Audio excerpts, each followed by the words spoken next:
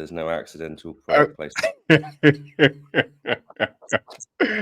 Okay, people. So today, right, we got a special edition of Echo Chamber, and I am joined by Gabriel Foster Prior, the writer and director of The Bystanders. Gabriel, thank Thanks you for so having me, much David. for your time, man. No, Hey, thanks for man. having me. I appreciate it. It's really nice to give a platform to indie filmmakers. Hey, no worries at all, man. It's funny because you were at Sci-Fi London.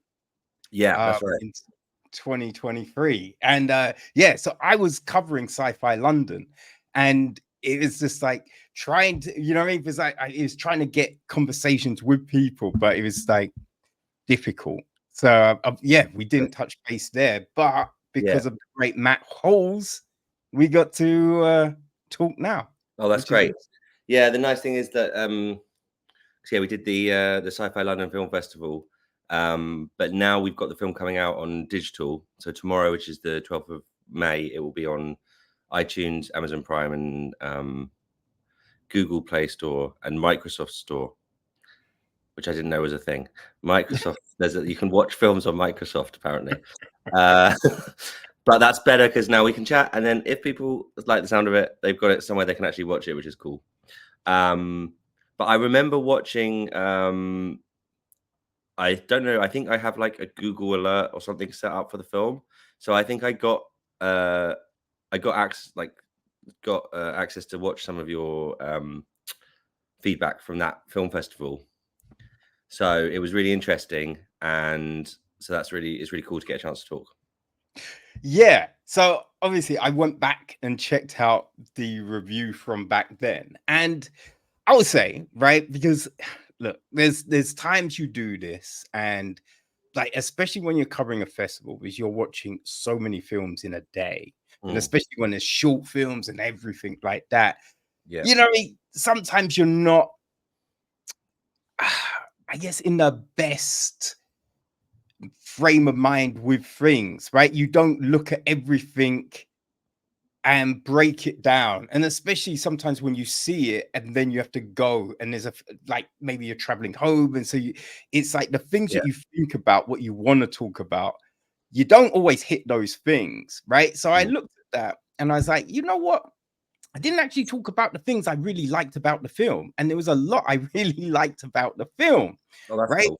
Yeah, because I think that's really interesting, because I think, like, I work as an editor, and sometimes when you get notes, like because you obviously, as an editor, you're subservient to the director, right? Yes. So, and often you're working with great people and they have great things to say and great. So in terms of feedback, I'm always dealing with feedback in my day-to-day job. But what I find interesting about what you just said, I think is very true, is you change your mind depending on what your mood is that day. Oh, for sure. What everything else that's going on in your life. So sometimes when you're working as an editor, you get notes and you go, I wonder if they'd give me the same notes tomorrow. Yeah. I think with reviews, with everything, and just as we got some good reviews, and I wonder, was it a sunny day? When would we have got our 4-star total film review if it had been raining that day, or if the guy had, if the guy had been, lost his wallet on the way to go and write it? I don't know, but yeah, I mean, it's with so many things, right? It's like, I'm in marketing and comms, right? Oftentimes do events and things like that, and you're like, say, write a press release, and will be like, yeah, really like that, and then maybe a day later they'll be like, oh, I mean, we should talk about this, or we could do that, or you're organizing an event and you set it up one way and everyone's like, yeah, great, then the next day like, oh, I mean, we should do this and we should. So yeah, people's views change so much, right? I think it's that thing when you're looking at films, because you can change your mind. It can depend on the mood you're in, you know what I mean, what's happening in life, so many different factors. And sometimes, you just like something, right? And you know, life changes you over the years, and you might go back to that thing and be like, I don't like this anymore. Oh yeah. But oh yeah. Yeah. So it's always, but I always feel you want to give people, you know, comparisons, because just because you don't like it doesn't mean someone else isn't going to like it, right? And so it's just like, you can go, okay, so this is similar to this film and this film and this film. So if you like those, I think you would like this film. You know, I think that's always a fair thing to say, just because, you know, your views can change so quickly. Yeah, I agree with that. We got some really like I don't think people are saying like it's as good as these things, but they've compared it to some 3 different people mentioned Edgar Wright, and then one review mentioned Terry Gilliam, and one review mentioned Red Dwarf. And you, as a first-time filmmaker or a first-time director, it doesn't matter if they're just helping the audience to push it in the right way. You can't help but see your name with your heroes in the same sentence and be like, that's fucking cool. So I know they're just doing it to send people down the right track to get you to find your movie. But I reckon that's some of the most, like, where it's actually giving you a little happy buzz moments was when you see that, like, all those people that you, especially, like, you know, people you loved when you were younger. It's like that teenage, the inner teenager, you know, being not compared to, but having a film, you know, make a film and have someone mention a filmmaker that you loved when you were younger. That's like a really yes. You know, there was the chess sequence towards the end. That really reminded me of that IT Crowd episode with Benedict Wong when they were doing the street countdown. Oh, great. Do you remember that episode? Oh, yeah, absolutely. Yeah. That's funny you say that. Me and Jack Hughes, who I wrote the film with, we never made this film, but we wrote a film together. This was before that, before IT Crowd, when we were doing A-level maths. We were meant to be revising for A-level maths, and instead we we wrote a film in his parents' kitchen called The Golden Calculator, which was about an underground maths tournament. And there was like a character, each character had a specialism, and there was like one called like there was all kind. It was like the world of hip hop and the world of maths, kind of. So there was one guy who was like spirals, and he was all about geometry and graffiti. And then there was one guy who was like, he was really good at rapping, but also like sequences. Right. You know, I we should revisit it one day. I'd love to see it because that could be fun, man. We were 15, but it's funny you say that, because there's that. I guess there's the yeah. Well, me and Jack both love the IT Crowd, and I think, you know, I think there's actually more of an influence because it is you know, it's a comedy, and it isn't I don't know, it's not that serious a film, should we say? So I would say, like, in terms of influences, I think like TV, like British sitcoms are as much of an influence as any kind of cinematic references. So me and Jack, you know, our shared love of things like the IT Crowd or like Red Dwarf. And that's, I think, something we're really good at. Like, I think that's something that Britain's really good at, is like, all those shows are just so good, and people love them all around the world. I just meet people all the time. Like, you meet someone who's, you know, Polish and grew up there, but was like, yeah, we had Black Books in Poland and we all love it. And it's like, yeah, of course you do. It's great. The Little Book of Calm. How can you not love it? Well, yeah, that's the thing. It's just like things like Alan Partridge, right? It's getting those things that are so uniquely British. And this has got a quintessential British feel to it. Like, you watch it and you be like, yeah, that fits in with these kind of sensibilities. You know what I mean? Yeah. They're all written differently. They've all got their own kind of aesthetics and feel to them. But there's just there's that thing. There's that untangible thing that You know you what? go, One oh, had its I had this discussion in this like panel we did at as part of Boston Sci-Fi Film Festival. It was like an online panel, and they talked about that. And I don't remember if it was me or someone else had this idea. Don't want to take credit for it in case it wasn't, but I thought it was very nicely put. They also kind of mentioned it in the Guardian review as well, and lots of people would have said something similar before as well. So the mundanities of life combined with the big ideas of sci-fi, and I think that there's something about the little details and little annoyances of life and blowing them massively out of proportion that's somehow intrinsically British. And I think when people talk about that Britishness, I think there's an element of that. There's an element of it's also kind of silly, surrealism would be giving it a bit too much credit. I think it's more silliness rather than surrealism. But there's of combining kind of big ideas with little mundane annoyances and sillinesses. So yeah, that's kind of in my head, when people say that intrinsic Britishness, that's what I think they mean. I think you're right, because it is about, I think sometimes you're watching an American show and everything's big, right? Someone's got the best job, right? They've got the best life, the best apartment, the best, and it's big, flashy, showy. But it's not. They have to get divorced at the start of the film, and it has to be. Yeah, exactly. Whereas the guy, the English TV show just misses the bus. That kind of. Yes. So you wake up and you've got no tea bags, you've got no coffee, right? The cereal's run out. No toilet paper. It's just those things which is we seem to kind of capture, which I think is that charm, because you don't see them in other things, right?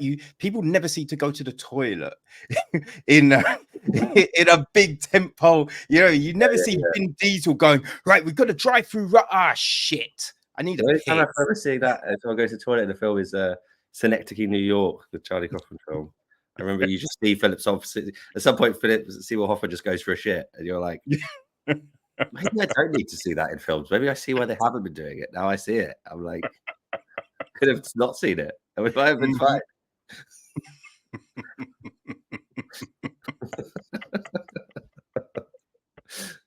I've got someone going to the toilet in my film. What are you talking about? There's a whole scene. I've seen it twice. I don't know how proud I should be of that scene, but there's a whole scene involving a guy going to the toilet, right? Yes. Yes, you've got it. You've got it in there. Where did the idea for this come from? Because I think we should say, right, you've worked all through the industry, right? Your background, you've done a lot of different things, which is very impressive. We talked to oh my god, I forgot his name again. Matt. James Gilby. Is it James Gilby? Will Gilby. That's it. Will Gilby about Summit Fever. And Julian. Yes. It's brothers. There's two of them. Yes. Yeah. They're very talented filmmaking brothers. Yeah. Yeah, because we covered Summit Fever. I enjoyed Summit Fever. I had a great conversation with Julian about that, and then I saw you edited it. And no, I didn't edit it. I did the assembly edit. So that's basically when you're getting in the footage at the beginning, but it's like the first pass of the edit. So I was working with Julian, and we were building the scene so he could check that he's got what he wanted and check he's happy with everything, and it was so that sometimes they use some of the stuff you do in the final cut. I don't actually know exactly what they did and didn't use. I wouldn't want to take credit for the full edit of that one, but I did really enjoy working with Julian because we're friends, so it was just good fun. Him. Well, that's an interesting stuff about the rugby, and I was trying to Jules. I don't care about the rugby. I'm not into rugby. And he's like, yeah, but you must have watched the game last night. I was like, no, I don't watch rugby. The next day, I turned up and be like, Gabriel, the game last night. Tell me you did watch the game last night. I think, Jules, I don't watch rugby. I do love Jules. He's great. But yeah, no, that's the editing's whether it's I edit. Sometimes it's an assembly edit. Sometimes it's the full edit of a film.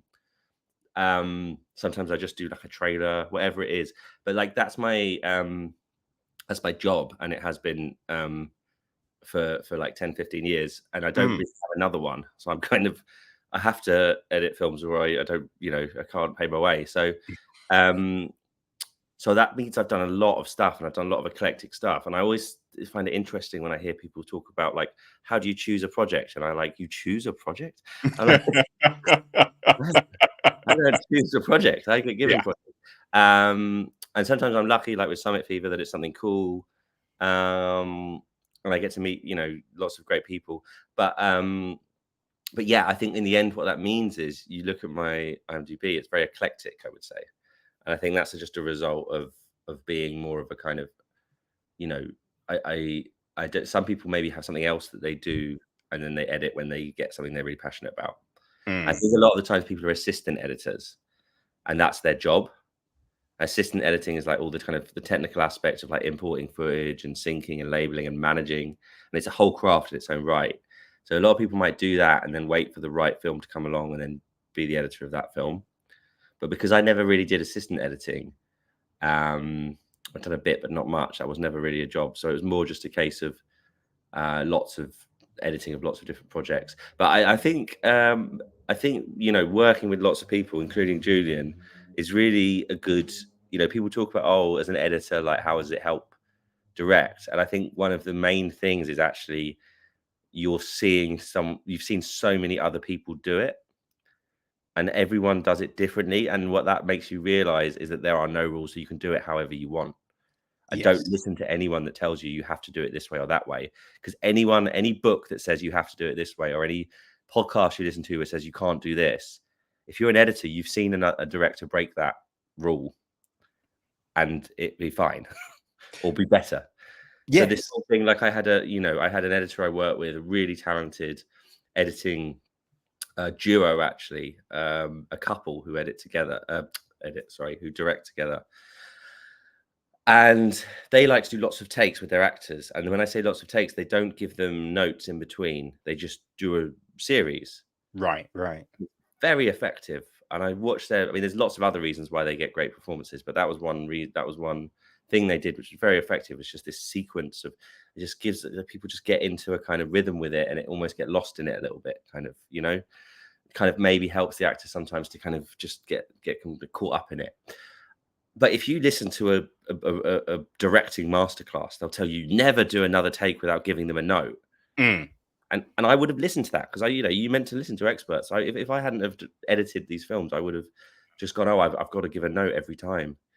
But because I've edited with these guys and they're really good directors and they get great performances, and I've seen them just do loads of takes in a row, I'm like, oh, I can just do that if I want to in any moment, So it kind of arms you with like a set of tools, like you can borrow, techniques from other directors. Not as much, but obviously sometimes see things that people do that you're like, I wouldn't do that. Yeah. No, I think that's a valuable thing. And it's something that really jumped out to me when looking at the catalogue of everything that you've done, because you worked on so many different types of films, right? You've done different genres, you're working with different people. So as you said, you're getting these different looks. So did that take, like, maybe fear is the wrong word, right? But did it take the fear away from stepping behind the camera, because you've seen and you've worked with so many different people, right? That kind of thought of, oh, I don't have a lot of money, so this isn't possible, because you've seen so many people do it in so many different ways. That kind of thought of this isn't possible, is that there because you've seen it done? Yeah, I think you're very insightful. That's exactly right. And sometimes it's not the people you expect. Like, in that sense, the most inspirational people might not be the art house films that I've worked on. In that sense, the most inspirational people might be producers of British gangster movies, or producers of horror movies, or some of the genre films that I've worked on as an editor, where they've managed to get loads like of extra value out of their budget by just being grafters and being hard workers and knowing knowing, you know, having come from maybe a slightly different background to just being filmmakers their whole lives, and kind of appreciation of like, you know, I worked for a producer that at some point in his life, before being a producer, he used to run building sites, and he's, you know, but he was very good at like, he was very good at motivating. He was very good at like, you know, having your back in the right moment and like knowing when to kind of go, come on, do, you know, push a little bit, or like there's these kind of skills that sometimes you don't expect. But yeah, I did see a lot of like low budget filmmaking happening through being an editor, and I did. It did give me like you can see that it's possible. You can see that maybe not quite for as low budget as what I did, but for not that much more, I saw people make films that went on to be big, you know, to get out there in the world and, you know, do things and all that kind of stuff. So one of the producers I worked with, he does British gangster. Well, he does actually lots of things, lots of movies, but he does the Rise of the Foot Soldier movies, and Andy Loveday, right? So he once said to me, I remember this, it was basically, he's just like rolling with the punches, you know, or just being responsive rather than, you know, rather than having this kind of set idea in your head, and also like taking when things going wrong, when anything goes wrong, it's like, well, how do we turn this into a positive? So it was kind of like, you know, like that's for an example of like, you know, what you can take from working with lots of people with lots of different experiences. I was just sorry, Kevin. I was just like, I was just realizing, I was going to quote him, and I was like, wait, was that him or was that someone else? You were wondering if I stopped and started again. I was like, did you say that to me, or did someone else say that? I don't know. I was going to say this boxing thing. I think actually, weirdly, I've said that in another interview. It was my production manager, Simon Marriott, one of my production managers, Simon Marriott. But now I'm thinking maybe it was Simon Marriott talking about you should be more like, and we were having a moment, right? So this is waffling. I'll try and be concise. We were having a moment on set when everything was like, the locations were dropping out, all these kind of things. And Simon said to me, it's got to be more like boxing. Okay. You've got to be like ducking and weaving, and you can't just be in your head. You've got to be focused on what's happening in front of you. Because if you're in your head, you're going to get bosh. So, you know, you have to treat it like that. And I think filmmaking, especially low budget, and whether that was something Simon came up with or whether he was quoting Andy, I can't now remember. But I think that's just something I've thought of, like, that's pretty much the best advice in relation to independent filmmaking that I can think of. Because, you know, a lot of people, when they're like, especially like kind of like maybe when you're at film school or when you're like first starting out in film, you're like, I've got this set thing and I've got to do it like this and it's got to be like this. I've got a vision. I want to do this. And it's like really hard to, you know, it's not that kind of medium. You know, I think, and you mentioned Matt Hulse earlier, who was one of my film tutors when I was at film school in Edinburgh. And he's someone who's great at this. He's very adaptive. And he'll see like, okay, this has happened, this has changed, but this is more interesting. Let's go with this. So his films are always changing as he makes them. He's a real kind of like, he's you know, a godfather of this in that sense, because he's an incredibly adaptive filmmaker. His films will completely change from the start to the finish, because he will not just be like practically solving problems. He'll be like intellectually going, oh, it's more interesting now. Oh, actually, you know, this thing that's happened has gone wrong or whatever, write that into it somehow, you know, fold it in. He's always folding it in. And you don't have to do it to that extreme, but I do think that, you know, you go, okay, we haven't got that location, what can we do? And you have to just try and find something that will do the, you know, fill the point that you need to do, fill the scene that you need to do, get that information across. But it's such a cliche, but it's so true. Quite often you're forced to come up with this solution and it ends up being so much more interesting than what you had planned, because you're like, you know, like those kids that can like suddenly swim and go and save their mum when they need to in the beach, you know. You're like that. You're like, I have to do this to save my film. What's a good idea? And then you're like, oh, actually, that's a really good idea.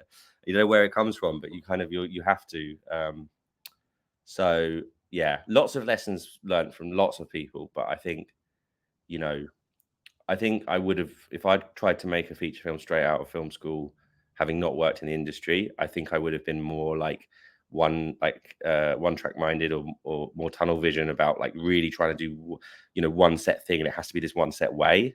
Yes. And I think if I learned one thing from the film industry, it's at whatever level you're at, I think it's about being responsive and open-minded to doing things a slightly different way to what you had planned, and looking for opportunities at every situation, even if it's something going wrong, and seeing it as an opportunity.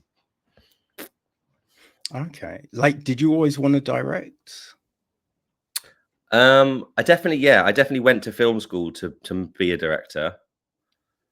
And then in film school, I edited a short film with a friend of mine, Paul Maguire, his short film Pebble, which got like I think, I don't know what it was called at that point. It's like the Scottish Student BAFTAs, but it was like Scottish students on screen or something. But it was a BAFTA, for Scottish students. And he got nominated for that. And we went to Glasgow to the BAFTA thingies. And then I ended up, because of that, and just because of people, I knew the programs really well, because I'd come from a graphic design background. I taught myself, or learned from my dad, and taught myself graphic design when I was very young. So and then I picked up all the editing programs very quickly, and then I was really into it. So I learned them really, really well. And then I became the person at film school that people would ask for editing, like technical advice, but also became a lot of people asking me to edit their short films. So I came out of film school as an editor, but I'd kind of gone in wanting to direct. And then I continued to direct short films throughout my 20s and early 30s. But I kind of didn't, the naivety of youth made me think I had all the time in the world, and that I would conquer editing and then move on to directing. But obviously, real life's not like that. And he said, I think I turned 30 and I realized, wait, if I'm not doing this now, when am I doing this? So I really started to think about trying to do an indie feature as a director, kind of around early 30s, and then got to it, a few years ago. 37 now. Films take so long, this. It takes but, always... Oh no, go on. I was just going to say, no, but I still enjoy editing. It's not like I've gone, oh, good, I don't have to edit anymore, I'll direct now. It's like I really want to do both, and I'm not sure how many people. I'm not sure if I can think of that many examples of people that have done that, but there must be. Yeah, I don't know. Like, I've definitely talked to people that have come from an editing background. Oh gosh, Daniel Bauer, I believe, started off as an editor. He's got a film out called The Blue Hour, which is very good. Is it? Okay, nice. Yeah. And Ed Douglas, though Ed is more VFX. I think that was his real background, VFX, and he's been directing a bit himself. Both, have done some really good stuff. Daniel Glenn Barber as well. I know he edits his films, but it is that, I think it's that interesting skill set that I think it tells you a lot more about the process, and it gives you some different guides to, the way you direct something. I imagine, like when you're writing the script, did the editing of it factor in when you're writing out a scene? You're thinking, oh, actually, let's do it like this because it would work better in the edit. So yes, and the only thing is, you definitely edit in your head. You edit in your head when you're writing. You edit in your head when you're on set. And on set, it's different because you're live changing the plan, as we were talking about. Because everything changes on set, everything, all the time, especially low budget. Everything's always changing. So on the script, you can just, utopian plan, edit in your head. And then on set, you're changing the edit as live in your head. The only thing is about that is I don't want to say that's something that you get from being an editor, because I talk to other directors who aren't editors and they tell me they do that too. But maybe it helps to do that, but it is definitely something you do. But it's something I think all directors do. But I guess one thing I'm always doing as well is like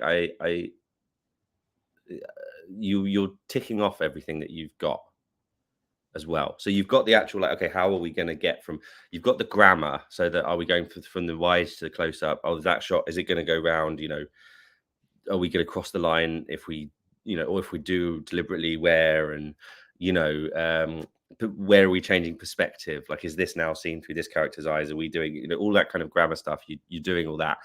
But then you've got like a chopping list in your head as well. So you've got that stuff going on over there. And then over here, you've got like this moment. I know I need this moment. I know this is whatever else we get in the scene. I know I need this moment. I need to feel it. I know this moment it needs to be funny. So you've got like kind of priority moments that you have to get. And if you ever end up doing lots of takes, or end up doing one, sometimes you see directors and they look like they've gone mad because they're just doing the same thing again and again and again. Again, I know that's not just me, because I've heard actors talk about big directors doing it. But I think that's usually because it's one of those key moments that you've got in your shopping basket in your head, and you haven't quite got it yet. So you can't get everything exactly like you want, but you will have a few key moments that you need for the story. And those you don't want to leave set until you've got them. Because I guess, again, every director, I think that applies to, but I think as an editor, the added experience that you have is having been in the suite and not having one of those moments, and the director going, I kind of knew we didn't get that. I kind of knew we needed it. Is there anything we can do? And you're like, we'll try, but you haven't got it. And it's horrible. It's horrible to know that. And you see, especially when you see so much footage, like they've gone to the location, everyone's done everything's dressed the set, done the lights, and you've got hours of rushes. But this one moment that would have been really important for the film, you're now going to have to fudge something in the edit. And that feeling is so, oh no. And the director is like, and you go, okay, I can't have that. So it gives you the extra motivation of making sure you tick off those things that you really need, because you've been in a situation where you've not had them. I think other directors have had that on their own. Maybe as a first-time director, I knew that already, whereas other people would know that on their second and third films because they would have happened on their first film. Yes. Yeah. Yeah. I think sometimes there's the knowing this thing, and as you said, you've spoken to other directors who do it in their head, but I guess sometimes you don't know what that is, right? Because there's things that I've done in the past, but I've not known the name of, and you're talking to someone and be like, oh, you do that? I'm like, oh, that's what you call it? Oh, right. I was just doing this thing, right? And it's just like, it's something that you kind of work out, but you don't always know the name of. It's like, I've done a lot of photo shoots, and you're having to write out the scenarios, you know what I mean? Dress the scenes. And there's definitely been those times and you're like, oh, I really need this shot. Fuck, I really need it. Oh my God, I've wasted all this time. And then you find the picture and be like, oh, we did take the shot. Oh, great. But you just forgot that you took that shot, and it's just like, gee, oh man, that was a waste of fucking time, wasn't it? Yeah. That's very funny. Yeah. There's a lot going on. You can easily forget things like that. Oh my God, yeah. And then you just feel like you're such an idiot. You just be saying to people, why did we fucking forget it? We just wasted all this time. I don't have the budget to go back. What the fuck? Yeah. You're like, oh yeah, that's the photo. Okay. After the shoot, it's such a weird time. You get obsessed with things. You're like, how did I let that towel be on the back of that door? I hate myself for that. And you're like, a year later, you're like, I do not care that there's a towel on the back of that. Why did I care about that?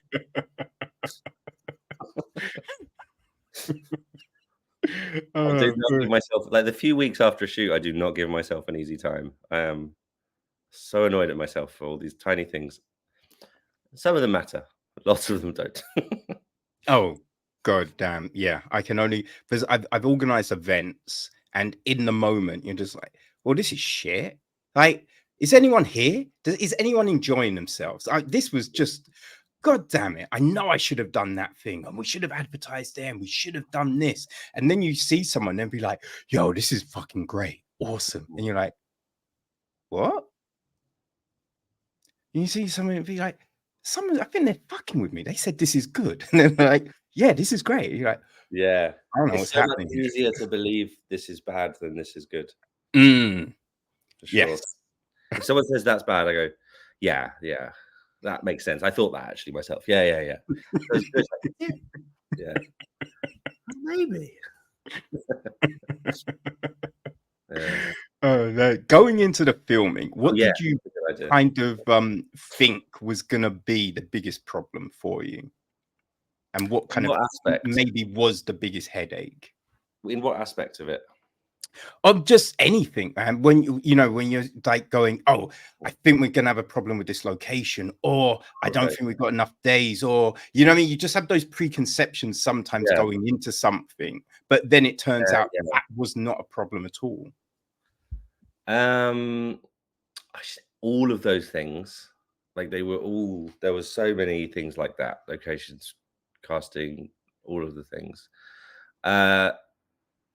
We did break those. I think the locations is probably the biggest one because we did break the kind of rule of, you're meant to, if you have a micro budget, low budget film, you're meant to do a single location, Mm, um, or very limited location film. Like that's what you're meant to do. And the people that say to do that are right because it's really hard to do lots of locations and weird locations. And we've got a swimming pool, we've got a football stadium, like an abandoned strip club, all these things. So we kind of deliberately did that as a way of standing out. And having worked on lots of films and lots of indie films, is actually something that I think it might be Julian Gilby or it might be his brother Will coined this phrase of like white wall movies. And it's like, because we work on a lot of UK indie movies, it's like the background of my Zoom right now, this white wall kind of thing, because people shoot in rented London flats. yes. And rented London flats are always white or cream because they just don't want to risk the value of the property, whatever. So it's really, and then people shoot, and it's just you have these frames where you just have actors in front of these white walls, and it's very hard to light that and make it look anything but kind of boring. And I was like, I really didn't want this to be a kind of white wall movie, I really wanted this to be, because what is a shot? It's usually a person and a background. Like a lot of a film is mids, close-ups, wide, So, locations was really something we really wanted to we didn't want it to just be too plain. So we went a bit out there with that, and that really was really hard because unit moves, are really hard. Like just moving from one location to another on a low budget is really hard. And you what you do is, because you don't have the money, like the big budget money, is you spend a lot of time instead of money.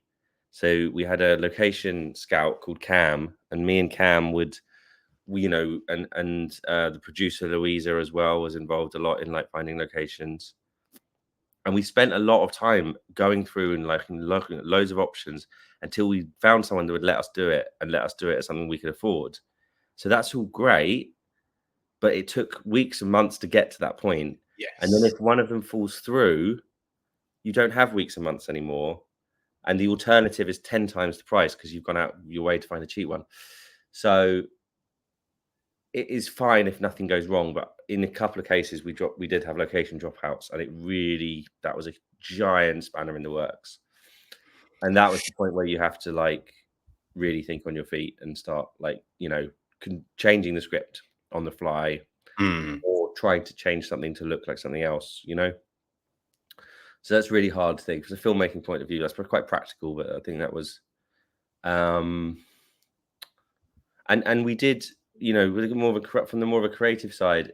I was lucky enough to, we got some support from Jackson's Lane Theatre, who gave us, a room that we could rehearse in very kindly, and I'd been having a lot of chats with like the production designer Heidi Heels was around the flat a lot, and we were like going over everything we'd meet or we'd go to the pub, but we would spend a lot of time like in the month that up to it chatting and going over everything like pre-production.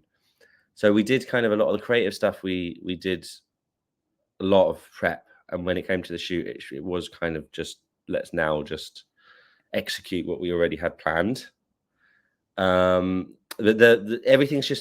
harder on a budget, but it doesn't matter if you can change. Like I wanted to have so for example with the production design, I wanted to have trench coats originally because it was kind of a Wings of Desire thing, like having a bit like the angels in Wings of Desire. And then me and Heidi tried to find. She was doing costumes as well as production design. And we tried to find cheap trench coats, and it was really hard. And in the end, we got these commuter coats, which are like 1960s, what people used to wear, like on top of their blazers to like get on the public transport to go to work in the 60s. And we found a way of getting a bunch of those cheap. And, obviously, it wasn't what I had planned, but I think I prefer it because trench coats is so much more trodden turf. You just kind of make tricks, and I think other films that have tried to do something similar to what we're doing, usually that's like the kind of obvious choice. So as soon as we did something that wasn't trench coats, it's like, oh, it's just a bit different, and different's usually better. So, so all the things that were problems, it was just, as I said before, it was just you have to just not be set in your ways, and then it's fine. I think it's those things that set people apart, right? That show you the capacity of someone, right? That you can think on your feet, because most people can work to a plan or to work to guidance, but to be able to make those pivots and those sharp pivots, there's something to that, And I think aesthetically, you have these really great visuals in the film. There's those coats. Like the bystanders kind of remind me of bellhops, right? But right. Yeah. It's not like, and that's not a dig or anything. Because it's this unique kind of look. And it just like that thing, it just jumped in my head. I'm like, yeah, they look like sci-fi bellhops, you know what I mean? But it's like it's there's a charm to it, I'm gonna remember that. That's class. I love that. Sci-fi bellhops. And I really liked the blimping. The glimping. It was blimping. Oh, pings when they teleport. Yes, there's a lot of people use smoke or something, but you did that kind of outline, and then it's a squiggly, and I like that. I don't recall seeing anything like that in the pinging, in the jumping. So I like that kind of unique kind of touch to it. Yeah. So what we do is just me and Jack, the writer, and it's something that we used to do when we were teenagers.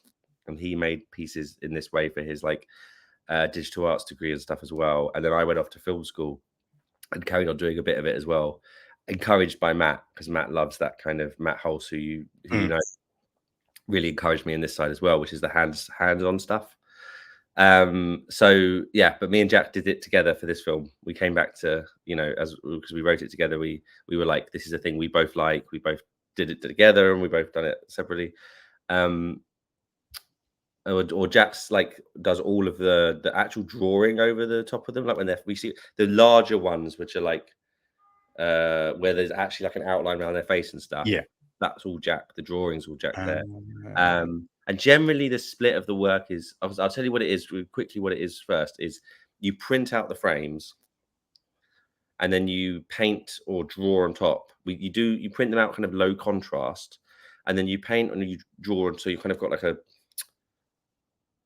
was like you're tracing almost, and then you paint or you draw on top, and then you scan them back in, and you threshold it or you color key it so that you lose the base layer, and you're just left with your drawings.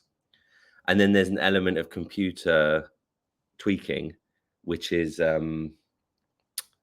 So, for example, with the swirls, when we do the swirls, we put a dot in each position of where, like, on either side of the person. So we'll have Right. like set like 8 dots of where they're going to be, and we put that on each frame. So you're printing every frame as a piece of paper. So your flat is full of pieces of paper with these pictures of people with dots around them, and then you're doing a swish of paint, like first just one, and then 1, 2, then 1, 2, 3.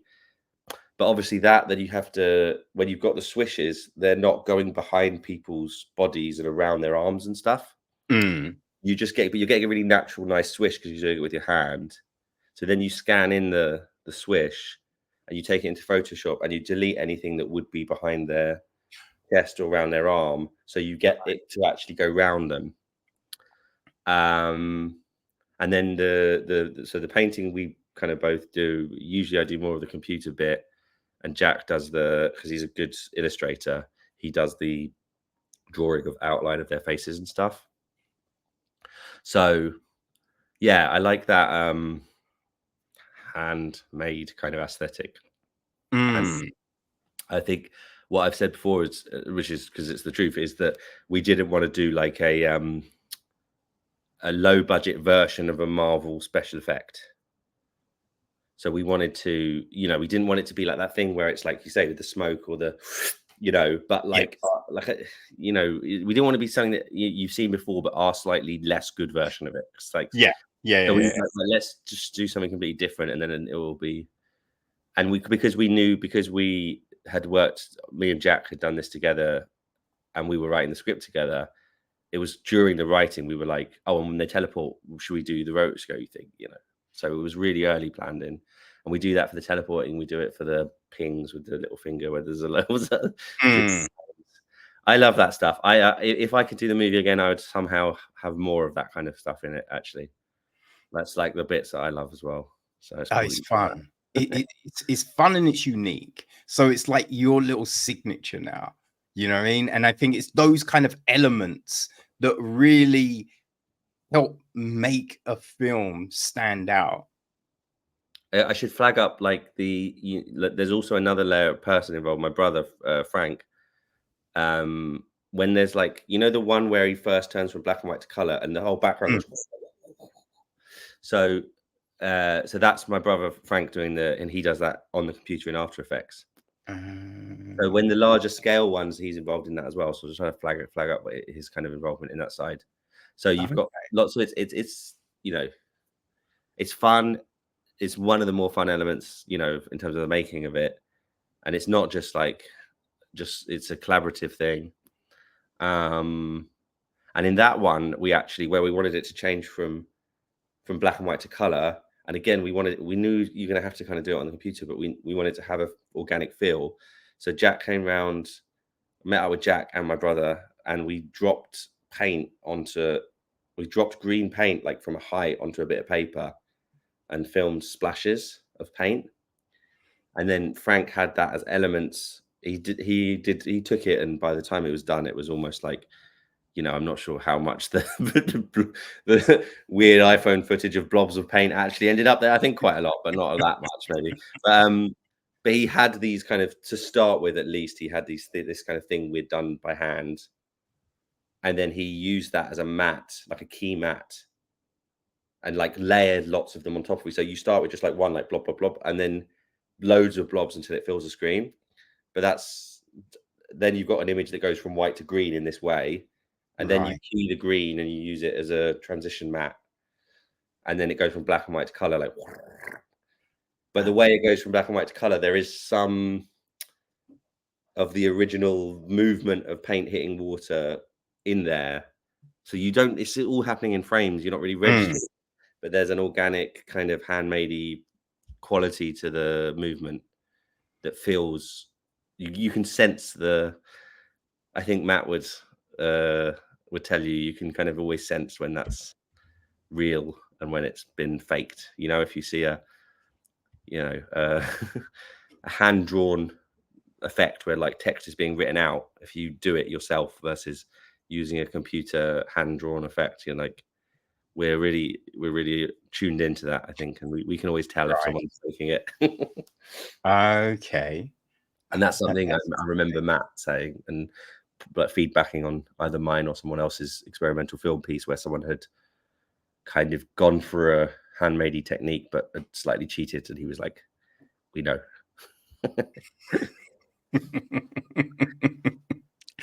Yeah, I did like that transition from color to black and white. Nice. And kind of bystander world is the color. You know, that's like it does make sense when you think about it as well. But what was the initial fault of that process of having it look like that? Kevin, I need to get my charger. Is that all right? Yeah. You can edit this. And we're back. Is that? Are you leaving it? Is that gonna? Am I gonna jump? That's how we did the people disappearing. Apart from the swirls, that's how we do the people disappearing. It's the oldest visual effects in film history. It's George Méliès's Man on the Moon. When he disappears and reappears, it's just they just pause the camera. He runs off the shot and they turn it back on. And it's like he's gone. Right. Yeah, I saw. That's what we. Yeah, I mean, there's actually like one level up to that, which is we had motion track cameras or motion track slider. Okay. That allowed us to do it in moving shots because it repeats because what you need to have the empty plate. Yeah.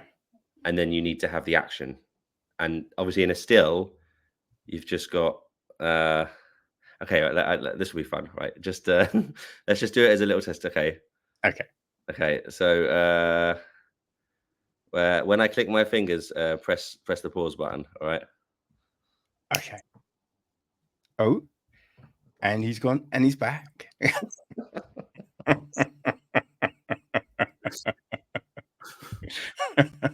But to do that, you need to cut to the empty one.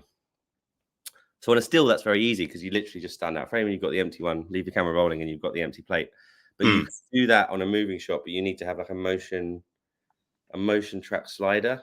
So it does the motion, it's like electronic slider that does the motion exactly the same both times. And then that gives you the empty plate. I think that's something. The slider we used apparently is the same one that Peter Jackson used in the original Lord of the Rings, because he came from the very low budget world. Yes. And even when he was doing Lord of the Rings, he still was using like these techniques that are quite accessible, because he was applying stuff that he knew from the low budget world. Sorry, I've got sidetracked. You're no. That was related to the pinging, which we were talking about before. But that's how we did that. That and the animation is how we did the pinging. But the black and white color is it was a Wings of Desire, Wim Wenders reference, homage, rip-off, whatever you want to call it. So in his film, his more serious art house Angels film, which is an amazing film, which me and Jack both really like. The Angel world's in black and white, and then when he goes into the human world, it goes to color. So that was the original plan for Bystanders, was to do the same thing. Like ours is going to be a stoner comedy, but it will be the same as, same visual motif as the serious Angel film. And then we started having ideas for the Bystanders world with the DOP and using these like ultra wide angle lenses and like the kind of color palette that we could using. We were inspired by this 80s film movement, cinema de look, which was kind of a reaction to the more like handheld naturalistic aesthetic of the like French New Wave and other like French films from like the 60s and 70s. And that was in the 80s, like Luc Besson and other people going like, let's make everything really exaggerated and colorful. It's kind of going the other way as these things do, zigzagging.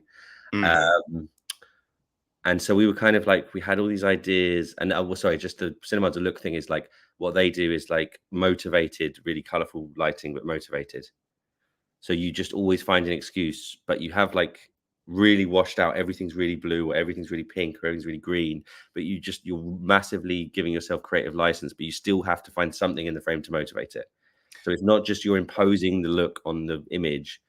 You go, okay, so we want the bar to be all blue. So what we do is we get, okay, there's a fly trap in the wall with a blue light, and we go, okay, if we put that there, that's making everything blue. Fine.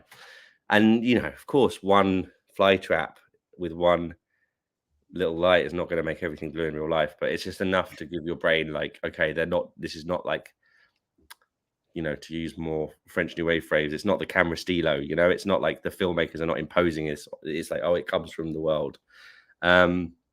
So that was kind of like, all right, we've got all these ideas, you know, we're getting all excited and la la la. Like, well, if we do black and white, we can't do that. So we decided to, because all of our ideas were more suited to the bystanders world rather than the human world, decided to switch it. And once you switch it, it becomes actually, I realized I didn't necessarily think of this at the time that much, but it actually becomes Wizard of Oz. Because it's black and white. Kansas is actually sepia, isn't it? In Wizard of Oz, not black and white. It's essentially black, you know, monochrome. So yes, you have black and white at the beginning for the human world, and then like 5 minutes in, when he goes into the bystander world, it goes into color. But you still use black and white as well in the rest of the film to indicate that this is a shot where we're seeing it from the perspective of the humans, not the bystanders. Yes. So you have the Wizard of Oz thing at the beginning where you go from black and white into color, which is like a kind of, you know, going into a new world or reality or whatever. But then you also have it as a kind of grammar tool to go perspectives, to instantly tell the audience there's a perspective shift. And I know it's a comedy, so it feels like, why would you need to keep changing perspectives? But actually in comedy, a lot of it is kind of about perspective and something that's, so you can, I don't know how successfully we did it, but the idea was that we would have more opportunities to make jokes, because to suddenly switch and see it from the other person's perspective. I guess the most obvious example is like when they're moving the mug around and the guy's the stoner in the bedroom and you see him smoking his spliff, and then he's like, oh, his can of drink's gone. And like, we know what's happening. We can see the bystanders moving his can of drink around. And then if you cut and it's in black and white, you're suddenly going, oh, like that thing where is that gone? And you're suddenly relating to him. You're not seeing it through the bystanders' eyes. You're now with Luke going, yeah, where has my bloody can gone? And I think that kind of opened the door to that kind of, you'd have it anyway, just because you would use other cinema tools to change perspective. But it was a kind of interesting, I thought that was kind of, you know, giving myself an extra tool. So, and we would like, oh, is it going to be really jarring? Like constantly cut, not constantly, but a lot of cutting between color and black and white. So we did a test, like we shot a test scene and we did it, and it was, no one thought it was jarring. I think you have to balance the contrast levels. And then I think that's the bit that I think if you were to do like really kind of washed out old film black and white, and then a really contrast punchy color, it would get really tiring. But as long as you have the black point the same, and you have the white point the same, and you have the exposure the same level, then what's changing is just the saturation. Then your brain's fine with it. We found. I don't know. Yeah. No, I thought it was that interesting kind of dynamic, because it's like the human world for these humans is kind of formulaic and mundane. So to have it in black and white was good, because when we see Peter in the human world, right, nothing's going right for him. So going to the bystander world, now it's dynamic, it's color, and it's like he can reinvent himself. He's a new person essentially there. So having that in color, it's just like, yes, this works. This is great. This is an interesting juxtaposition on those two different dimensions of a character. Yeah, I think that's a really interesting point. I think that's like, it's actually really good that we switched it because of what you just said. Because it is for Pete. For Pete, it is like a new chance, and it is way more exciting. He's excited by the bystander world, which is kind of the character dynamics between him and Frank. It's about, you know, two people, like a friendship, a buddy movie, but one of them's very cynical and you know, tired of his existence, and the other one's very enthusiastic and kind of a little bit more you know, positive, and you could say naive or you could say sweet, you know. But in this case, because they're guardian angels, their personalities are expressed by how they treat the people they look after, as well as wobbling amongst themselves. We've all had that moment where we thought like, oh, my guardian angel's a prick, right? Well, yeah, they're definitely been off the ball for the last few years. Yeah, they can go absent, right? Go AWOL. Yes. What was the casting like? Because, you know, you've written these characters, and you have these kind of relationships. So it's trying to find people to embody your vision. So how was that, finding that cast? So I had a casting director, Alex Fidelsky, and that was a big kind of like, it really was a very, very independent film, low budget, independent. I knew crew working in the film industry, people that I could pay slightly less than they normally get paid, and would do it because they know me, or because, I don't know, maybe I've done something with them before, or just because they're nice. But I didn't really know enough actors to like populate a whole film. There's some comedians.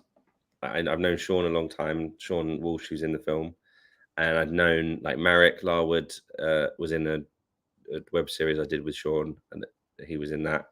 Nick Helm I actually have known as well from he used to be in Brighton where I was based, and used to come to the pub and hang out with me and Sean, and he used to read us his breakup poetry. And he's just amazing guy. He's really funny and really cool. And then so I had some people, and I had a couple of actors from other things I've done. Emily Wyatt was in some film I'd edited, so I'd met her doing some. I shot some second unit with her.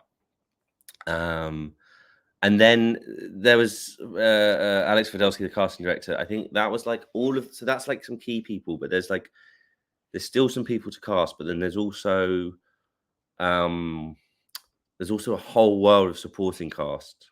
That's a real stumbling block if you're someone like me wanting to make a kind of indie movie. You're like, how do I populate this with that many humans that it takes? Because you not only have the leading cast, you have, every time you have a scene in a pub, you have everyone sitting in the background, or, you know, however, that extras is really hard, low budget.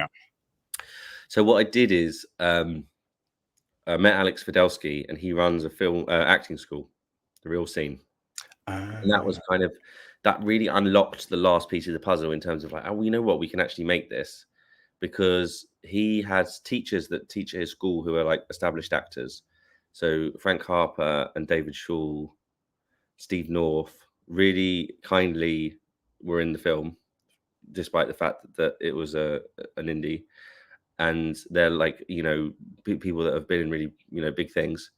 And then also we had all the people that had either attended the course, were currently attending the course, or had intended courses in the past. And he could email them and go, hey, is anyone interested in being a supporting artist in a film? So that really helped to like populate the cast through that.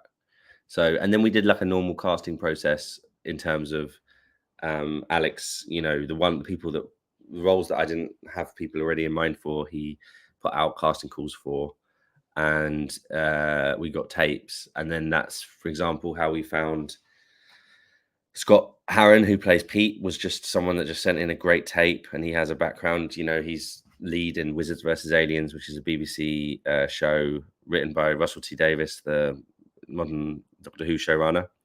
So he had a lot of experience of working with. Another person interview said, so I guess he dealt with like tennis balls on sticks a lot. I was like, yeah, exactly, that's it. He'd done a lot of tennis balls and sticks. So that was really kind of helpful for like the sci-fi stuff. But he's also just, his tape was really, really good. And also he had this vibe. At the time, I thought he was similar to the character. And it turns out he was tricking me with his acting skills. And he just was a little bit more like the character in the audition, not only when he was doing his audition, but like before and afterwards. And when I actually got to know him, he's nothing like the character at all. He's just a good actor. It's funny, you can work in the industry for 15 years, they still can trick you. And then Andy Jassy, who plays Luke, was someone that sent in a tape as well. And Georgie Mabel Clark was someone that sent a tape. And their tapes were just I was so that's such an exciting part of the process, because you never know who you're going to get. You never know if you're going to get it. And obviously, you know, they wouldn't have been the first ones I'd watched that day. So you know, without wanting to be negative to any, you know, you don't know. Sometimes you watch tapes and you're like, that's not what I wanted. You know, that's not it, or they're not right, or whatever it is. And you're starting to go like, oh, is this a good part? Have I written is this scene actually any good? Maybe I'm bad. Maybe this is all my fault. And then someone turns up with a tape that's just absolutely smashes it and makes everything good and makes everything funny. And you're like, oh no, I'm great, actually. Turns out after all this, I'm fantastic. And then you go, oh, phew. No, but we were really lucky, because I mean, I can't, like, you know, what would we have done if we didn't, like, these people, like, you know, that's such a big part of it. The film working out, as you know, to the extent that it did, was, you know, I really, really rate Scott, Andy, and Georgie, and they're kind of, you know, Andy's doing really well. Like Andy Jassy, who plays Luke, the stoner, he's doing really well now, and he's doing lots of TV and really good stuff. And I think Scott and Georgie have got big futures as well. And hopefully, like, the film will help them, but also maybe they can help us by going out and doing some amazing stuff. And then, you know, in future, the film will be back on people's radars, because they'll want to see, you know, where they started. Maybe made, yeah, exactly. Yeah.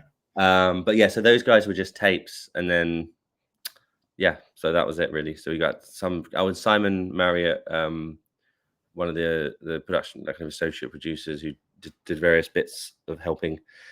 He did a bit of additional casting as well, and he got Lauren Douglin and Tom Clegg, who was really, really, really great. So it was kind of all hands on deck, and lots of people pulling in places from different places. Oh, Jake Lambert, the comedian Jake Lambert, he's someone that supported Sean on tour, so I knew him from that. Right. I actually think I just approached his agent, even though I met him before, but I actually think I didn't actually consider that would be something that would be possible. Like, sometimes you don't know what's possible, and then I think I was speaking to his agent, who actually represented someone else, and they couldn't do it. And she's like, oh, I've got someone that you might be interested in. And it was Jake. And I was like, I know Jake. He'll do it. That's cool. So, yeah, I think obviously there's a lot of no's.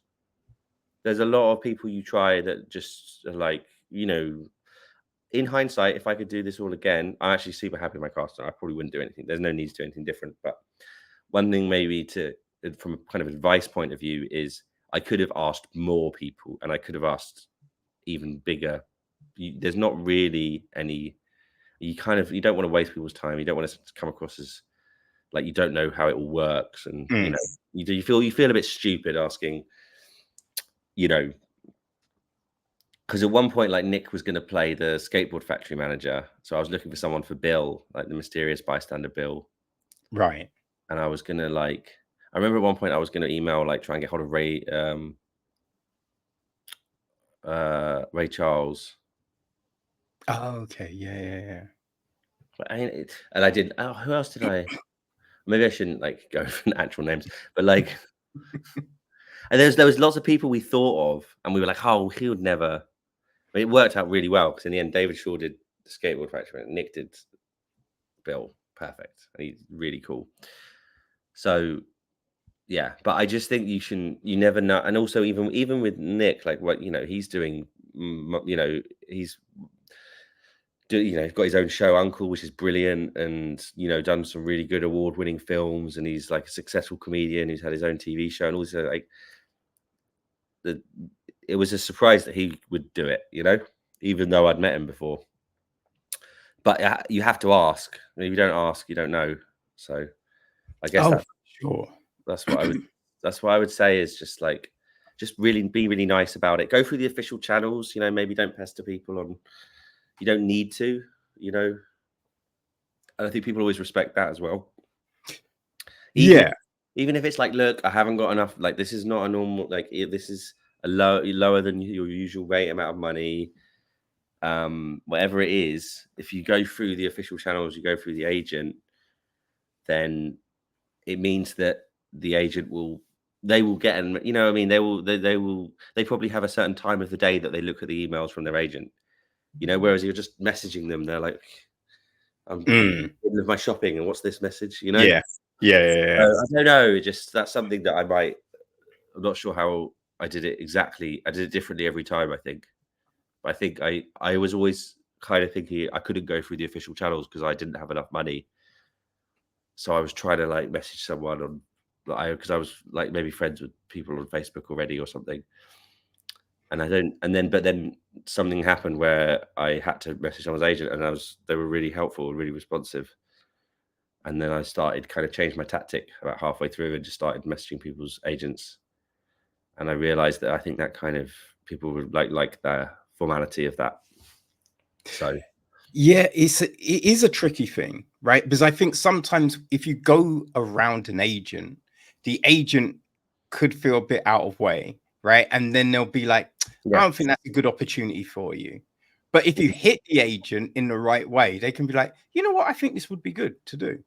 So there's that. But then sometimes you don't have the agent information. So it can be, trying to get interviews for this, and some other things I've done in the past, right? Back in the past, I interviewed Reginald Hoodland a couple of times, who I didn't think I was going to be able to talk to Reginald Hoodland. I loved House Party growing up, one of my favorite films, and he was writing Black Panther at Marvel.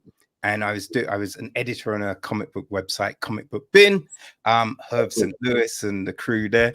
And so I just hit him up.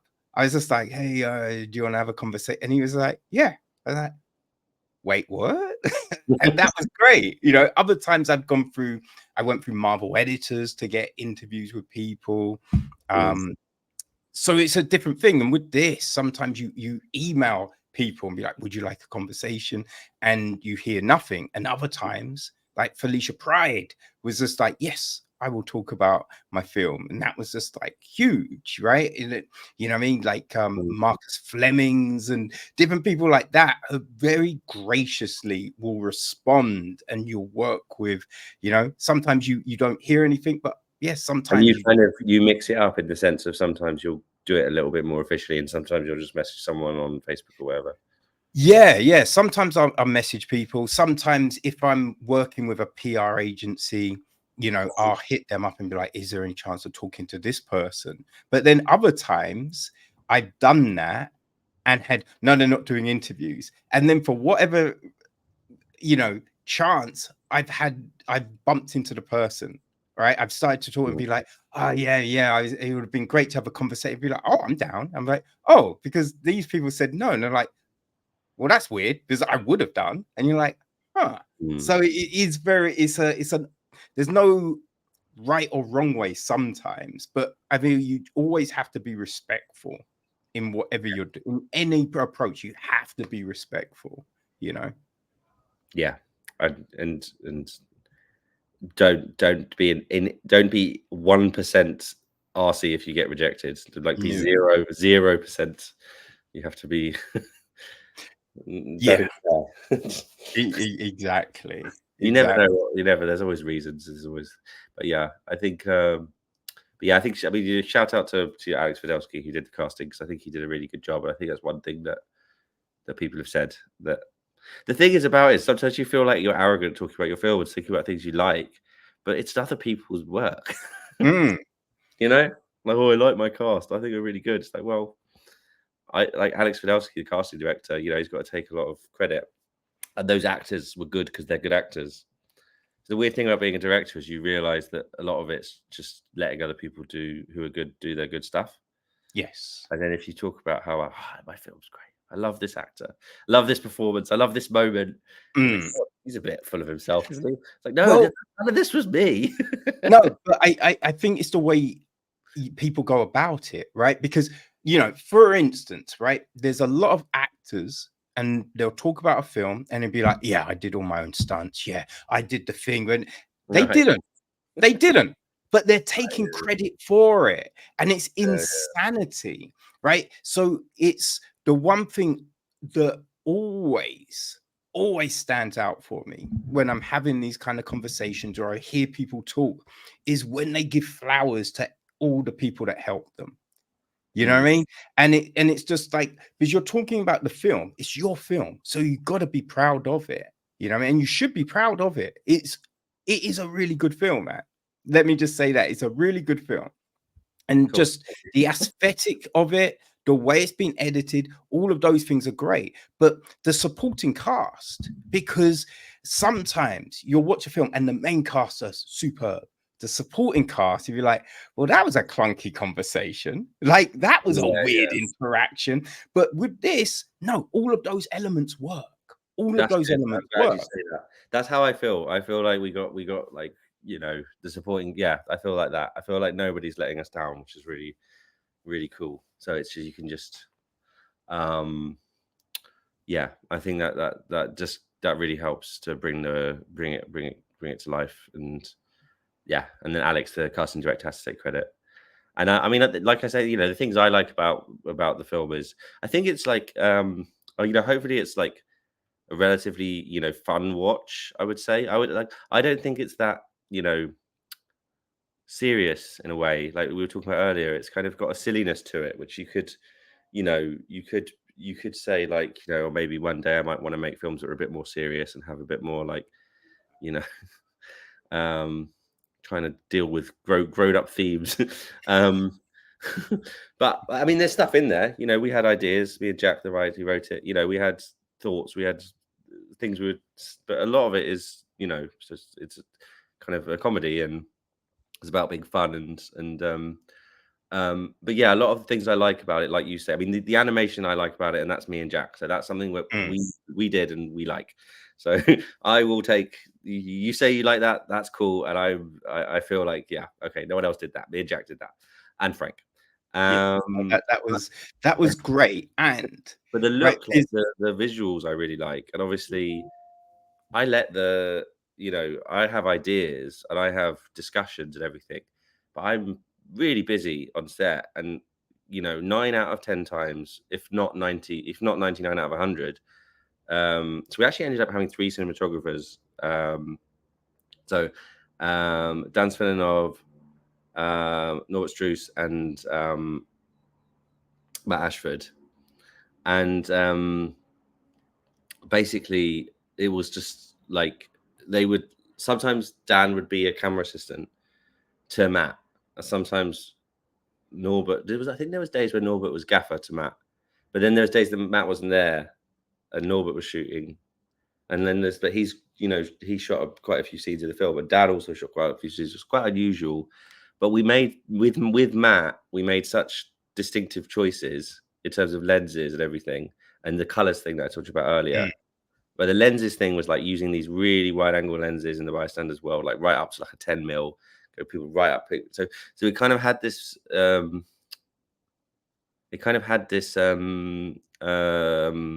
distinctive look, which I hope like kind of ties it all together.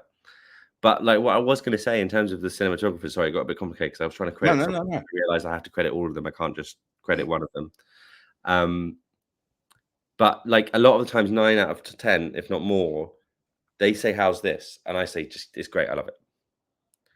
Because I think that's something I didn't do when I was, like maybe, for example, in film school. I think because I like taking photos. I've shot films, you know, when I'm not anymore, but when I was younger, you know, I like visuals. I like to, you know, I like framing. I like color theory, you know. So I could give you an opinion. You show me an image, I'll give you a bloody opinion. Don't you worry about that. But you can't. You haven't got, you know, and what they're doing is, you know, great. So like you can't if someone says they like the film, the look of the film, yeah, we had lots of discussions. Yeah, I told him I want a shot a bit like this or a bit like that. I want it to be a mid. I want it to be that. But a lot of the you know, the reality of what the actual shots they're getting is it's you know, it's not the director in my case at least. It's like they will give me a shot and I will just say I love it. I didn't do very much micromanaging at all in terms of the visual, even though I'm really, like I say, I'm really into my, you know, visuals, and I guess I got to do a bit of micromanaging and tweaking a little bit when it comes to post production. You get to change things a bit. You can change things a bit in the grade and stuff, but like a lot of it's them. So yeah, I really agree. It's a really long-winded way of saying I really agree with you. Basically, it's like it really is a collaborative medium, and that allows you to kind of take credit and be like, you know, not take credit, but take praise and actually go like, yeah, I agree. Because you're not being big-headed. Because I'm like, yeah, I agree. The cinematographers, they're great, and the gaffers and the camera assistants. The huge amount of people that worked on the camera team. Well, not huge amount of people because it's an indie film. The handful of people that worked on the camera team. There was actually quite a few people, but that's only because it was different shoots and different teams at different times. But on set, it was usually over only 2 or 3 people in the entire camera, or like that's the kind of thing where you like. I don't know how much, you know, you don't want to overplay the low budget angle because you don't want people to think that they're watching some kind of cheaply cheap product, you know. No. But But this is that's the kind of thing I'm most proud of. Is like when you look at those images and you look at the film, I don't think it feels like a film where there was a 3-person camera and like there's normally 40 people in the camera department and 40 people in the lighting department, and we had 3 in both. Like sometimes there was more, sometimes 4, but like sometimes there was 2, sometimes there was 1. But quite often it was like, you know, it was like the whoever was the cinematographer of that day and the person who was helping them, and then sometimes a trainee. So the person helping them would be setting up the lights and then manning the camera. right. Yeah. They would be the assist. They would be the gaffer, and they would be the focus puller.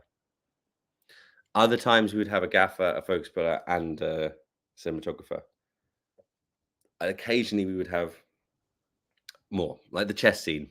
That day we had a jib and we had a grip.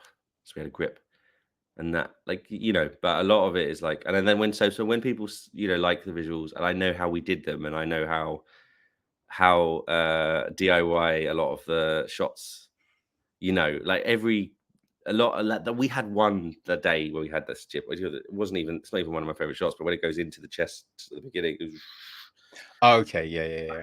A lot of the ones that I really like are ones that are done in much more DIY ways, where we've done it in a way that another film would do it differently, but we've just found a way of getting it done. And yeah, but we didn't stop that from being. I think we didn't stop it from being ambitious.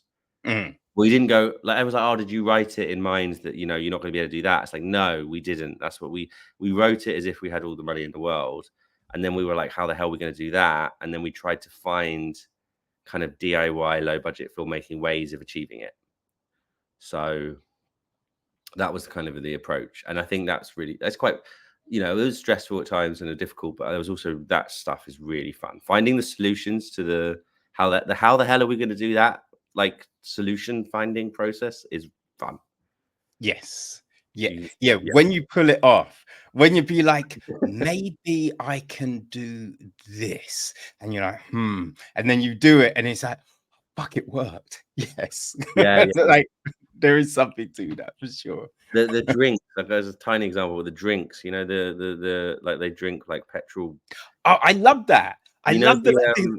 I wondered about that. Was it like petroleum, you know, the or because you're drinking like lighter fluid, like these different things, and it's just like that's interesting. I can't really remember why. That's really funny. Someone asked me in an interview, like, why do they drink petrol? It's like, yeah, we went a long time ago. and I can't remember. um, but there was a reason. But in terms of actually making like the look of it, so like we had the shoot that we did that on, because we had different people working on different shoots.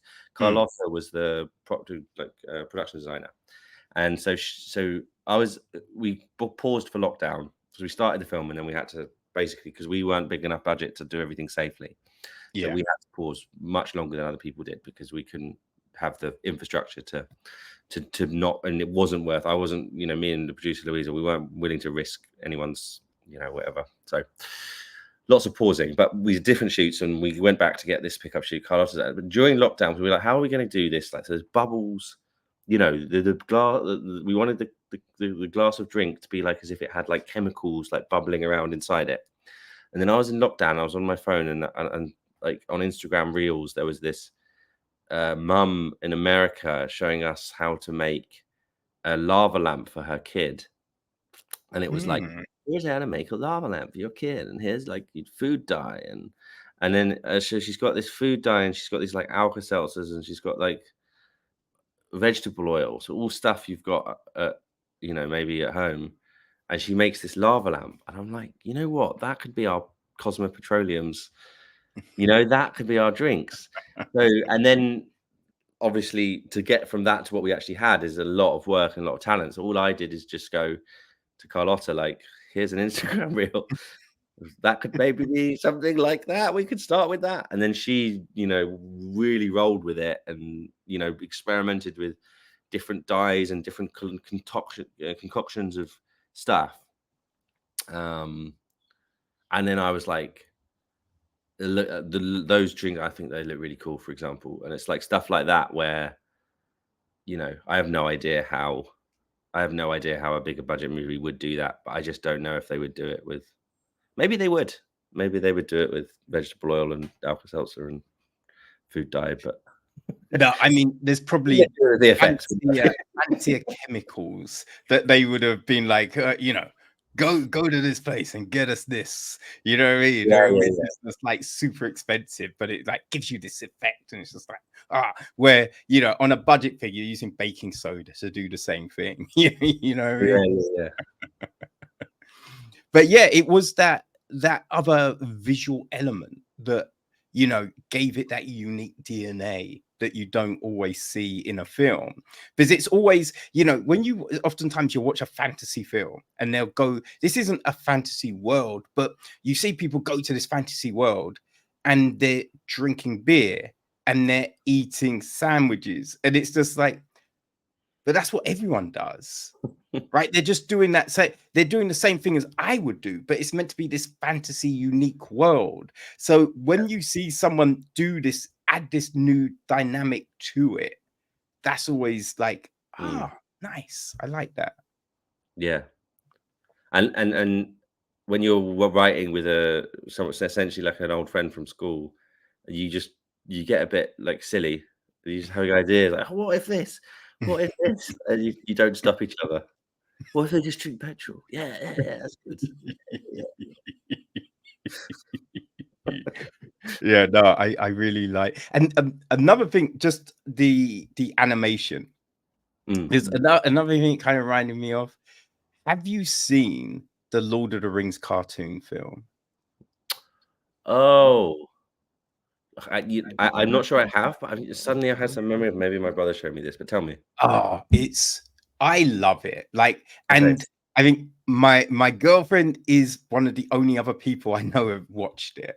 But they because they use this weird technique where I think they filmed it. It was a bit like the Take On Me video, right? That's it. That's the same technique. Yeah, that's the rotator thing. Yeah. So they did that, and it's weird because it's not the full. They didn't do the full film, right? So they didn't do all 3 books, but the first film is more than the Fellowship. They go into like 2 towers in a way, but they miss some stuff out of the Fellowship. This is not on top of this is nothing to do with the Peter Jackson ones. This is a separate. No, this was in the 80s. Oh, cool. Yeah, and it was the same. They filmed live action and then drew on top of it. Yes. Yeah. So somewhere out there that no one's ever seen, there is actually like actors doing it. Yeah. That's the thing. If you like, I'd love to actually see the Yeah. live action footage of this. Yeah, it's probably just in someone's living room because they didn't know, they knew they could just draw the forest around them later. It's probably really funny.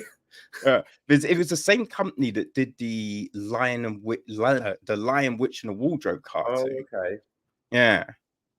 But yeah, It's like the really effect reminded time me of that. intensive because I mean, one thing we do when we do it to save ourselves time, but it also does give it a kind of janky feel that we quite like, is we switch from 24 to 12 frames a second. So straight away, that's halving the workload. But you have to imagine if you were doing 24 frames a second, you have to imagine that, a 1 minute clip is 1,360 or something like that. Pieces of like frames, and you're drawing every one. Like nowadays, I tell you what's really interesting is things like that. So, like film that we really liked, me and Jack, was Waking Life. But he Richard Linklater. He did it twice, Waking Life, and then he did Scanner Darkly. Personally, one I really love is Waking Life, and I love the changing of the styles. So it's different animation styles for different scenes. And then Jack's got some really good. Is it? I really don't want to get this wrong. I think it might be called Rough Envy. He does like hip hop music videos, and it's so cool. Like if you ever like, in terms of go like, what is it that we are trying to do? It's this guy's stuff. Like, I mean, to be fair, we were trying to do it before we'd seen his stuff, but it's like, it wasn't like, oh, we're ripping him off. It was more just like, we found someone that was trying to do what we were trying to do, but doing it to a level that was like, wow, that's insane. His stuff's so cool, and I've got to find it. Maybe I'll send it. I'll have to send it to you as a message, and because but like, yeah. Basically, it's just it's what's interesting is like that's all about hand. Like when with his stuff that we really like, and with I think like the Take on Me, they actually drew. I'm pretty sure that's all like real. I don't know, like that's the aesthetic of that. I don't know. It's weird because it's like hard to detach it from the song in your head. But kind of yeah. But like I was gonna say, like I don't know. What's interesting is with AI, you could now make Scanner Darkly by giving AI a filmed thing and giving it 10 seconds of Scanner Darkly and saying, make the rest of it look like this 10 seconds. Yeah. So you don't need to do, I mean, you never really needed to do this, but you really don't need to do it anymore. So you go, oh, okay, so what does that mean? No one's going to do it. And it's, I think it's the opposite. I think, like I said, like Matt Hulse, when he taught us in the College of Art, he was always into this idea of, being able to tell when it's not, if you've done it by hand or if you've if the idea was to do it by hand and you've slightly cheated, he can, you think you can kind of tell. And I agree with that a lot. And I think as we watch a lot of AI content, we are really good at picking up on these really subtle cues of things like this. And I think we're going to be able to tell when something's like that slight, even if it like incorporates the mistakes into itself, I still feel like, and I think there's something about that kind of computer generated imagery, whether it's AI or whether it's like traditional like comping computer generated stuff that we've seen lots of now, like with all the the work, like because everything's been possible for a while now, like especially like during the period of like all the MCU films and everything, like the level of what was possible just grew and grew and grew, and we've seen some incredible like spectacles on screen through these imagery. But I think we've been a bit oversaturated with the stuff that's been kind of computer generated. There's no better way of putting it. And I think we do. There's an element of people like that kind of handmade thing. And I think the more we get fed AI stuff, we're going to start to crave it more. So I think there's probably, I've already started to see it like on Instagram Reels, people doing a lot of like this kind of hand drawing rotoscopy stuff, or like I like to play around as well. One thing I like to play around with, which I'm planning on doing in my new film, is like printing and scanning it back in. So you're not even drawing anything around it. You're just printing the frames and scanning them back in and getting the aesthetic of the paper, And I think I've seen other people doing this kind of thing online. And I think I think there's going to be a bit of a renaissance of that kind of thing, because I think there's going to be a craving for this handmade-y kind of feel, because we're going to be oversaturated with AI stuff in the coming years. Oh, for sure. I mean, it always happens, right? When we went to CGI animation, and then people were like, "Oh, I miss 2D." So then we saw a lot of 2D animation come back. You know, there was that point where Disney shut their 2D animation studios, then they brought it back, right? Because I mean, I think they haven't brought it back to the same extent which they had it, but they are utilizing it a bit more now, from going away from it, you know, completely, with like Pixar and everything like that. So I think we do have those things where people are like, oh, this is new, let's do this. And then it's just like, actually, that old thing was good, let's do that again, you know? So yeah, I don't, you know, there is, people fear AI taking over, and it's like, oh, that's going to change and that's going to go, and oh, they'll just get AI to write scripts. And I think there will be. Did you see the trailer for the Paris, the Weekend in Paris film? No. Generated film. I'll check it out after this. It's so funny. Okay. It's really cheesy kind of Hallmark, but like rom-com. Yeah. But also got this kind of uncanny valley. Okay. But I think you just said it right there, right? Because, you know, there's a fear it will take over. I don't think it will, right? No. Now, people will use it, right? But it will be Hallmark. It will be the equivalent of a Hallmark movie. Like, you can watch those Hallmark and the Netflix Christmas films, and you're just like, what is this? This is, but people love it for whatever reason, you know what I mean? And it's all good. You can love it. I don't care. It's not for me, it's for someone. But people like that stuff. And I think you'll get the AI film, which will be the equivalent of that. But it won't be the same level of like the Adjustment Bureau, right? The Bourne Ultimatum. It won't be like Lord of the Rings. You won't get it at this moment in time at that level. So I think people will still be in jobs. It's not going to take away those. It will just do that low level, straight to DVD type of shtick. So if you were to like apply it to like comedy, it's like it will do the Christmas cracker jokes, but it won't. Yes. It won't be replaced stand up.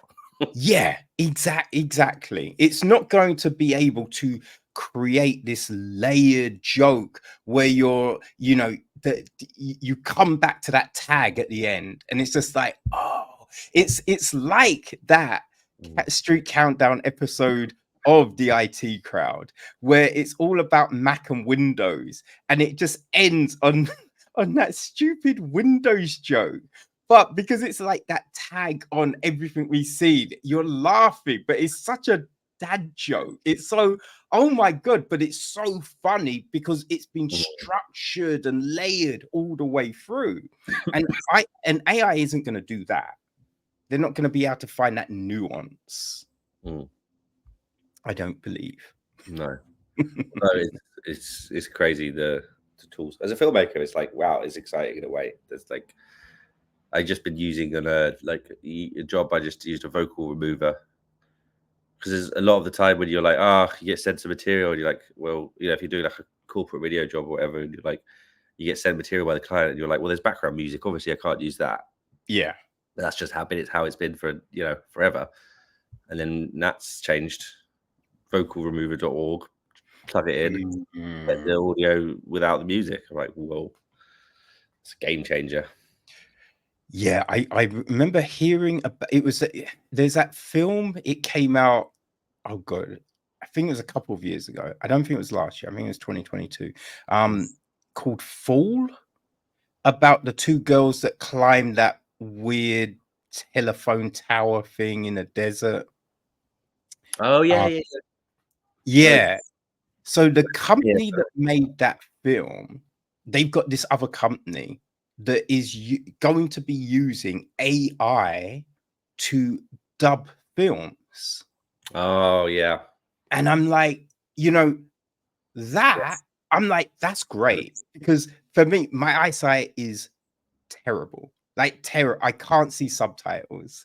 Okay. So it's just like, when I heard that, for me, that's like, oh, if that means I can watch more foreign films and things like that, great. Boom, that's great. Now, Yeah. I understand that that could take away from actors being able to voice, but they're not doing it.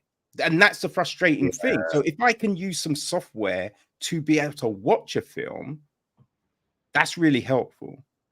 No, yeah, the taking away the jobs thing is too big. I can't get into it. It's that we could, and especially as I sense that you would have a lot of interesting things to say about it as well. I feel like we could do another 2 hours just talking about that one topic. So I'll avoid the taking away the jobs thing, because that's, I don't know, yeah, so much to say there. But if you forget about that, yes, I love the fact that it allows you to watch more films, and I love the fact that it makes my job easier.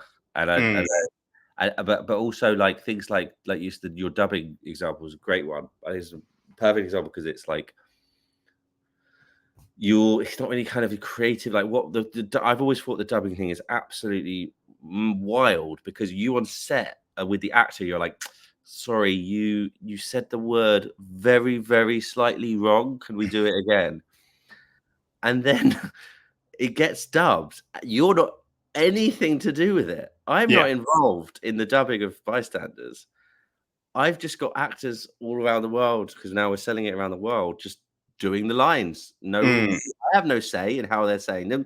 They're probably saying them wrong, and lots of the time getting the inflections wrong, not landing the jokes.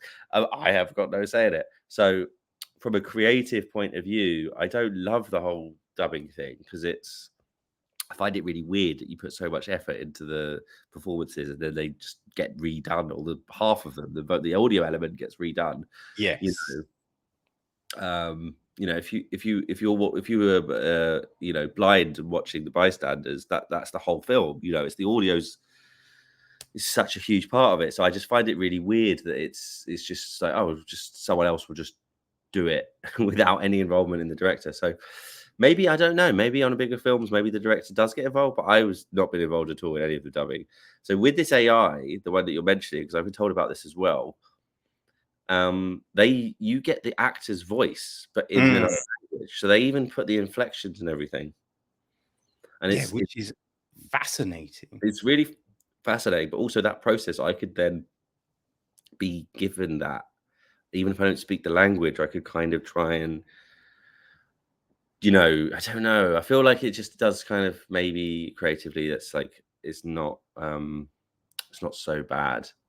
But then I don't know, because I guess for my film I don't, but for like something like, there's other examples like The Simpsons, where everyone's so fond of, in Spanish, Homer Simpson's like a legend, like everyone loves him, like so I think that's sad if that doesn't exist. But and maybe he, I don't know. It's complicated, but I do think it's going to, like, recently you've seen a real kind of like trend, I think, of art house films that use lots of VFX. And I think that's because art house films never used to be able to, because you'd have to be really big budget and to be, the kind of films that have more like guaranteed international appeal are things that are more spectacular. So, those are the films that get the big budgets. Then those are the films that can do all the VFX, and they're spectacular. They need all the VFX, so it's kind of a two-way thing. But I think now it's all got a little bit cheaper and more accessible. I think you can have things like Everything Everywhere All at Once, which is done by a group of people, friends, themselves, essentially, where you have this like a lot of like amazing kind of VFX, but in an art house movie. And I find that really cool. Like, I really love. I don't think there has to be this kind of two worlds. I don't think we have to have the verite and the cinema of attractions. I think there's this middle ground, the really interesting stuff. So I really like to be able to have kind of art housey movies with lots of visual effects. I think it's a really cool kind of development. And I think that comes from the technology. And I'm trying to make more films, and The Bystanders has done well at festivals and got good reviews. you know, doing, you know, sales and stuff, all good, but I'm not going to go straight into making a big budget movie next. I'm going to be making another indie movie, you know, if I'm lucky enough to get to make another movie at all. But I want to, again, like with Bystanders, I don't want to be restrict myself to having to do, you know, a married couple in a go renting, two married couples renting a Airbnb and arguing for an hour and a half, because that's what I get to do with a low budget movie. Like I want to do, you know, without giving too much away, like my new film's kind of got sci-fi and stuff in it again, and with working with my brother again, and maybe try to be a bit more ambitious, and maybe we'll try and get him some help, or maybe he'll just do it all himself again, or whatever. But you know, I think we haven't worked out exactly why, but he's really into all the AI stuff, and I feel like the AI stuff is going to help us to be more ambitious as indie filmmakers. Yes. So whatever all the negatives are, and I'm sure there are loads, I do think that we have to also talk about the positives, which are the kind of you know, democratization, the word, making it more accessible to everyone. Yeah, yeah, you know, it's breaking down those barriers of, you know, because I think, as you said, it's just like, and there doesn't need to be this huge divide between an art house and a blockbuster, right? They can both use great effects, but it can still be art house, right? And so it's just like, you know, an indie film can still use some great effects and do some interesting things, even though they don't have millions to spend, you know. So I think it will open up those doors. But right, as we've seen with football, right, you have those managers who have worked with like a Division 3 team, and they've been able to take that squad of part-time footballers all the way to the Premier League. So then a big team will be like, oh, we want that manager. They take that manager, put them in a big team, and they just sink because they don't know how to navigate that new world, right? So I think it's like, you know, you can have all the budget but not know what to do with it, right? So you know, having all of these bells and whistles and things like this is all well and good, but you still need the skill to be able to utilize them, or go, actually, we don't need it. Let's use this, you know, rotoscope, you know, hand way. Let's scan it. Let's do this. So it's knowing what to do, right? And I think, you know, Bystanders is a great window for that.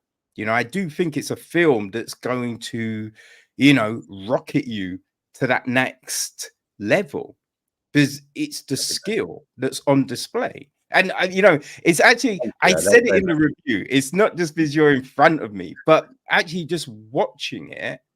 And because it was that thing about when I went back and looked at the first review, I'm just like, I didn't talk about the things I really liked.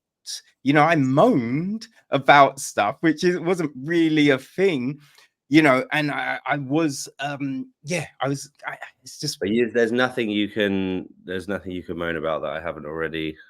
It took too long to make the film, so I had a chance to see all of the I know everything that but I also think, like, yeah, I do think that the context of, you know, the context of a low budget film is a good context to, like, be proud of it in that sense. And that's definitely what we achieved with the resources. But that shouldn't be an excuse. You should be competing with everyone. You know, to use your football analogy, you know, Bayer Leverkusen don't have the resource anywhere near the resources of other teams around in Europe, and Xabi Alonso's just broken the all-time unbeaten record in European football with them, you know. So it's like, it's no excuse, you know. You got to make the best of what you've got. And but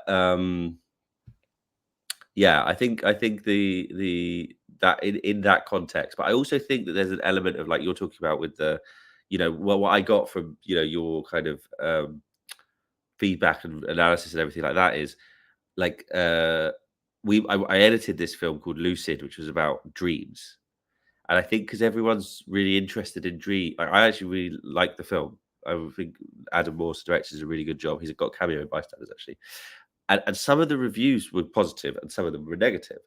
And the ones that were negative, I got the sense that it's not that they had a problem with lucid, it's that dreams are such a topic that everyone's really into. They go, you could have done this, you could have done that, you could have done this, and they kind of have all these other films that they want to. So I think sometimes people see, things and go, when it's like it's a world that they like, you've kind of tapped into a world they like. So you're more likely to go, oh, they could have done this as well. They could have done this as well. Yeah. Because but you realize that to even get to the point where someone's going, oh, it would have been cool if this also happened. You've had to get them to engage with it. And you become almost proud that you've got to that point where they're engaging with it. Yes. So, yeah, you can forget to mention the things that connected you with the point, right? Because you're just a bit like, if only they had done this.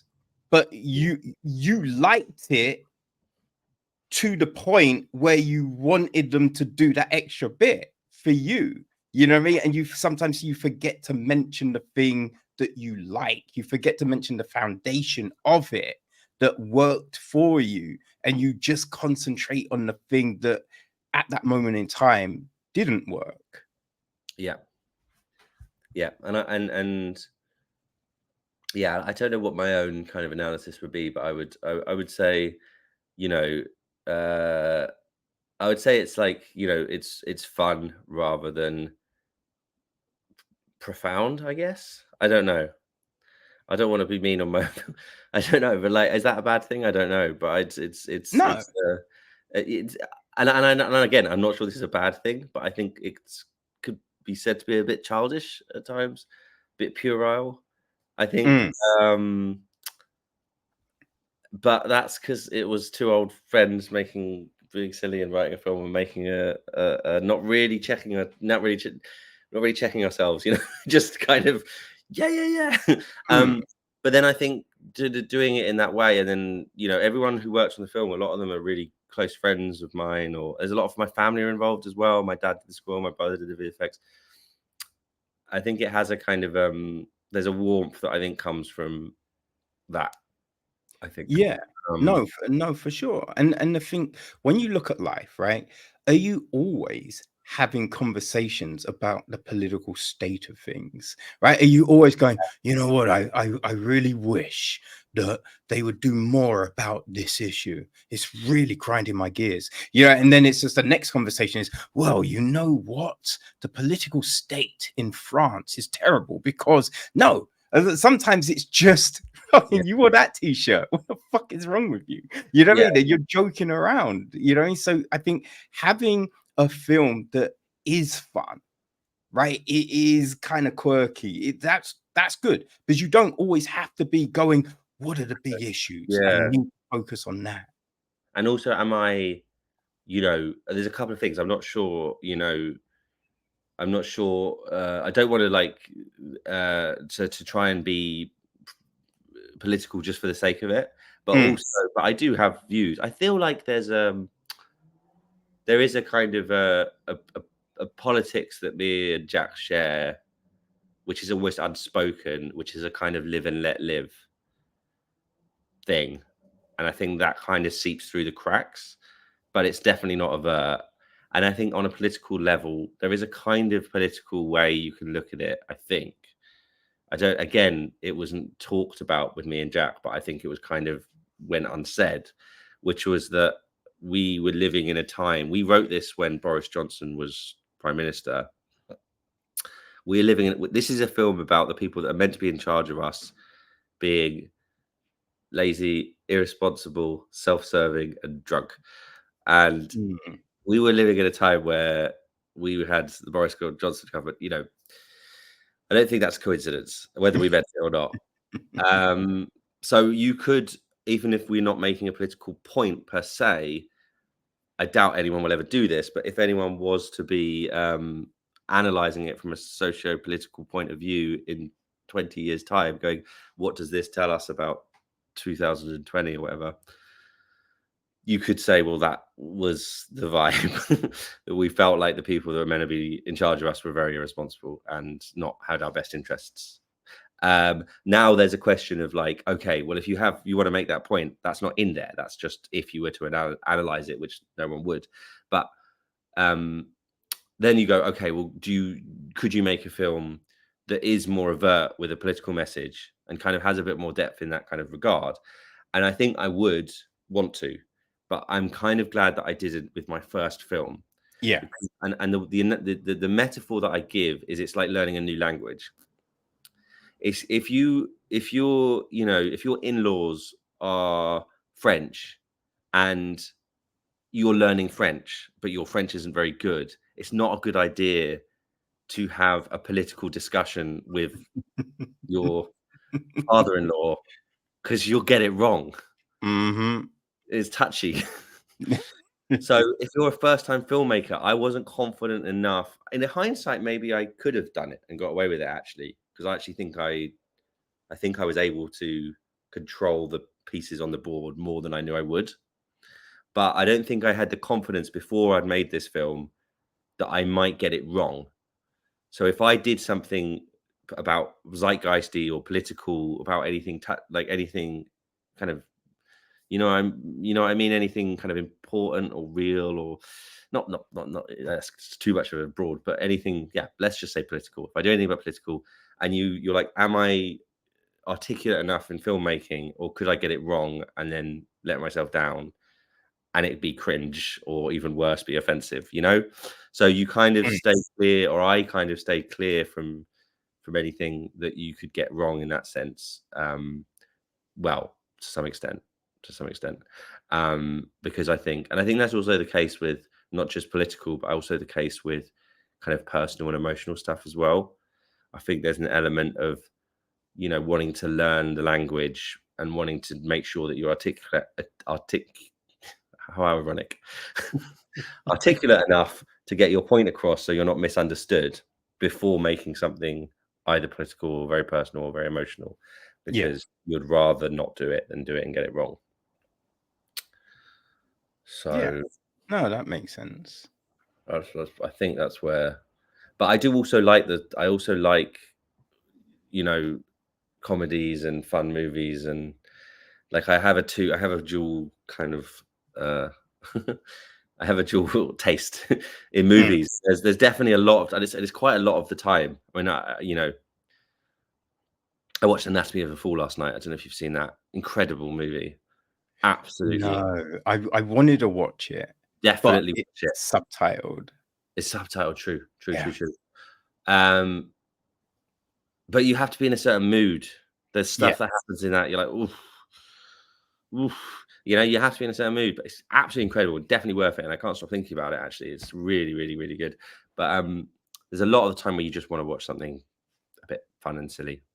And I kind of hope that this fills that position for people, but also has some artistic interest to give it a bit of spice as well. That's kind of my hope with it, Yeah, no, I think it does hit those criteria, man. But it's released on a Sunday, which is perfect, so people can watch it on a hangover, which is when you want to watch those films, right? It's a hangover film. Yes. But yeah, so once again, how can people see the film? So probably by the time you release this, it will already be out, because it's tomorrow, Sunday the 12th. So Amazon Prime, Google Play, iTunes, and Microsoft Store, and I think potentially BT, but I'm not sure when that is. So if you're in the UK, it's available to rent and buy. Awesome. And how can people keep track of the film and yourself? So we have an Instagram for the film, which is @The Bystanders Film. We're also on Facebook. The film's also on Facebook, The Bystanders. And I'm on Instagram, which is my full name, is my handle. So @Gabriel Foster Prior. Boom. People, the links will be on the website. So make sure you go check out the film, hit the Instagram, go follow yeah, Gabriel, because obviously there's some big things coming. Because yeah, after you've seen the film, you will definitely believe that. And it'll be interesting to see the evolution of your career, my friend. But yeah, Thank you. I really appreciate you coming on and giving me your time, man. This has been a great conversation. I've loved it. Honestly, I've loved it. I wish I've got to go to work in a minute. Yeah, So I know. I've got to go as well. I feel like this.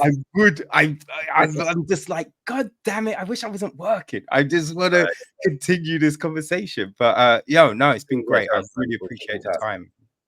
Yeah, we should keep in touch. And yeah, thanks a lot for having me on. I think it's really cool what you do and giving indie filmmakers a platform to promote their work. And yeah, it's been really fun as well.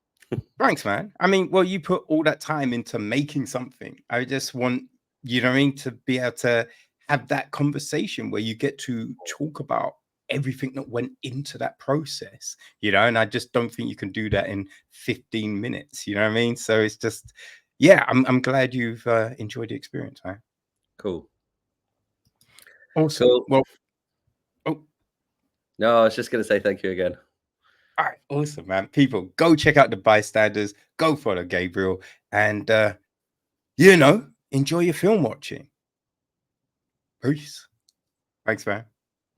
Nice.